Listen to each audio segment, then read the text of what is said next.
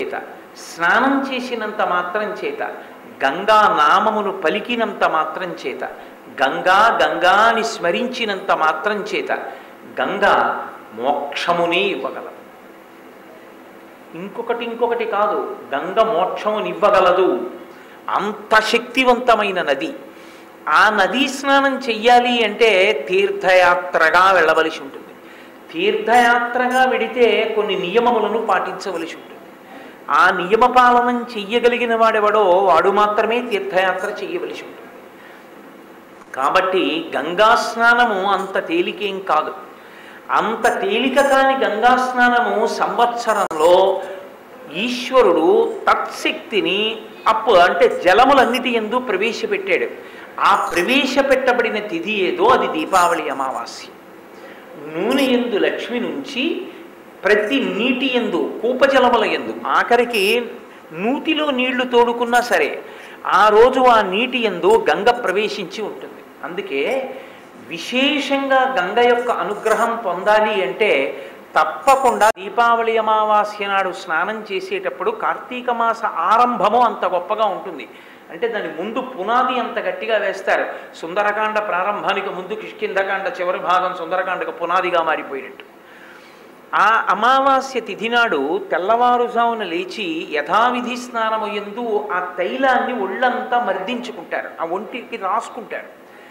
ఆ నూనె ఒంటికి రాసుకోవడం వల్ల లక్ష్మీ కటాక్షము కలిగి అలక్ష్మీ పరిహారం అవుతుంది. రెండవది, ఆ రోజు ప్రతి నీటి యందు అంటే నూతి నీరవనివ్వండి, నదీ జలములు కానివ్వండి, తీర్థ జలములు కానివ్వండి, ఎక్కడి జలములైనా ఆ జలములు అన్నిటి యందు కూడా గంగ ప్రవేశించి ఉంటుంది. గంగ ప్రవేశించిన కారణం చేత ఎవరు ఆ రోజున ఒంటికి నూనె రాసుకుంటారో, ఎవరు నీటి యందు మజ్జనము అంటే తల మునిగేటట్టుగా స్నానం చేస్తారో అటువంటి వారందరికీ కూడా లక్ష్మీ యొక్క అనుగ్రహము కలుగుతుంది. అటువంటి వారందరికీ కూడా గంగా స్నానము చేసినటువంటి ఫలితాన్ని వాళ్ళ ఖాతాలో వేస్తారు. బాగానే ఉంది, రెండు వేశారండి. కానీ గౌణ స్నానం చేస్తే అంటే తల మునిగేటట్టుగా స్నానం చెయ్యలేడు వాడు. తల మునిగి స్నానం చేయాలంటే ఎక్కడికి వెళ్ళాలి? మీరు చెరువు కన్నా వెళ్ళాలి, నది కన్నా వెళ్ళాలి. అప్పుడు కదా తల ముంచి స్నానం చేయడం. తల మించి స్నానం ఎక్కడ చేస్తారు? ఇంట్లో చేస్తారు. ఏదో కూపములో నీళ్లు తోడి తెచ్చుకున్నారు, ఓ బిందెలో పోసుకున్నారు. ఇప్పుడు ఏం చేస్తారు? తల మించి పోసుకుంటారు తప్ప తల బిందెలో పెట్టి ముంచలేరు. మరి ఇప్పుడు ఈ దోషం ఎలా పరిహారం అవుతుందని అడిగారు. అసలు స్నానం చేసేటప్పుడు తల ముంచి స్నానం చేసేటట్టుగా చెయ్యాలి. అంటే అందుకని నదికి దగ్గరగా ఉంటారు. కనీసం ఓ కాలవకో ఓ చెరువుకో దగ్గరగా ఉంటారు. అందుకే వేదంలో నీటి పట్ల చెయ్యకూడని అపచారములను ఎన్నో చెప్పారు, స్నానం చేయడానికి అవకాశం ఇవ్వడం కోసం. ఇప్పుడు మనం అలా చెయ్యట్లేదు ప్రతిరోజు. ఈ పాపం ఎప్పుడు పోతుంది అని అడిగారు. ఎప్పుడు పోతుంది అంటే దీపావళి అమావాస్య నాడు స్నానం చేసేటప్పుడు స్నాన సంకల్పం చేసి స్నానం చేస్తూ స్నానం మధ్యలో మట్టి ముద్ద వేర్లకి అంటుకుని ఉండేటట్టుగా ఉత్తరేణి చెట్టుని పీకి తెచ్చుకోవాలి. నాకు పాపం మా మోహన్ రావు తెచ్చిపెట్టారు కూడా. ఆ ఉత్తరేణి చెట్టు తెచ్చి ఇంట్లో పెట్టుకొని దీపావళి అమావాస్య నాడు స్నాన మధ్యంలో దానికి ఒక ప్రత్యేకమైన మంత్రం ఉంటుంది. భ్రామ్యమాణ పునః పునః అని ఆ మంత్రం చెప్తూ నీటిలో ముంచి ఆ ఉత్తరేణి చెట్టుని తల చుట్టూ తిప్పుకోవాలి. ఆ శ్లోకం చెప్తూ తల చుట్టూ తిప్పుకొని ఆ చెట్టుని పడేస్తారు. దానికి దళకంటక సమాన్విత ఆకులు ముళ్ళు ఉంటాయి, వాటితోటే తిప్పుకోవాలి.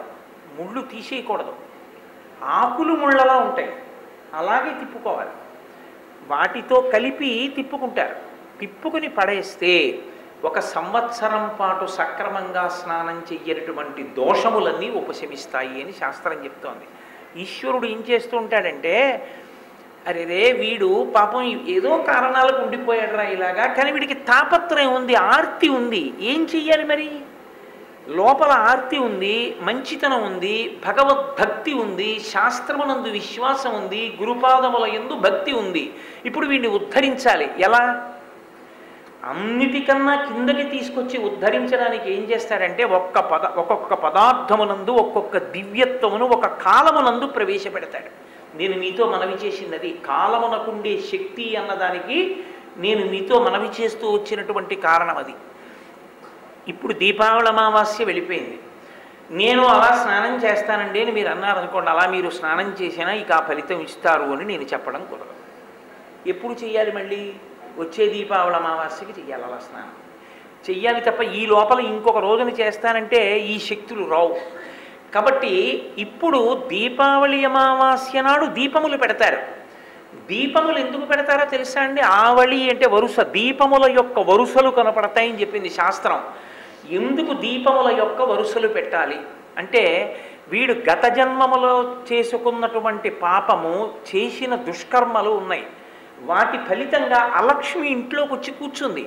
వేళ పట్టున పూజా మందిరంలోకి వెళ్ళలేదు, ఒక్కనాడు ఈశ్వరుణ్ణి భక్తితో పూజించలేదు, కర్మేంద్రియాల్ని జ్ఞానేంద్రియాల్ని ఈశ్వరుడి కోసం వెచ్చించలేదు, వేదం ఎలా చెప్పిందో అలా బతకడంలో కనీసం 1% కూడా బతకలేదు, కృతజ్ఞతతో బతికాడు. ఇప్పుడు అలక్ష్మి ఇంట్లో కూర్చుంటుంది. అలక్ష్మి ఇంట్లో ఉంటే లక్ష్మి వెళ్ళిపోతుంది.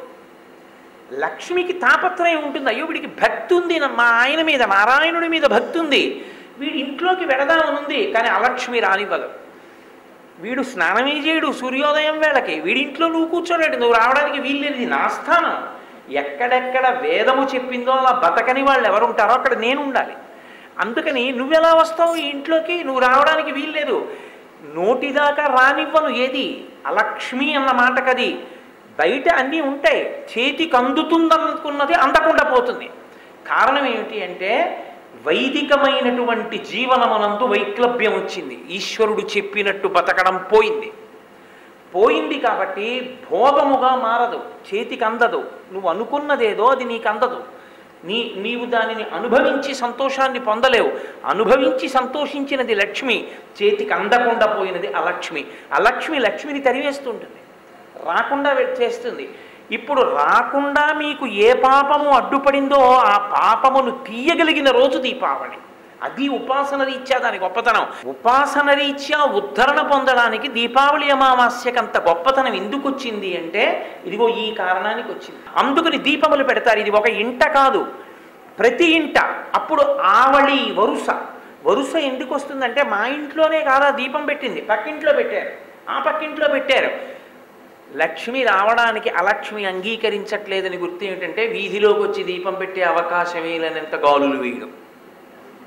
అంటే ఈశ్వరుడు అవకాశం ఇచ్చినా శాస్త్రం చెప్పేవాడు లేడు, శాస్త్రం నమ్మి చేసేవాడు లేకపోతే పరిస్థితులు అలా తయారవుతాయి.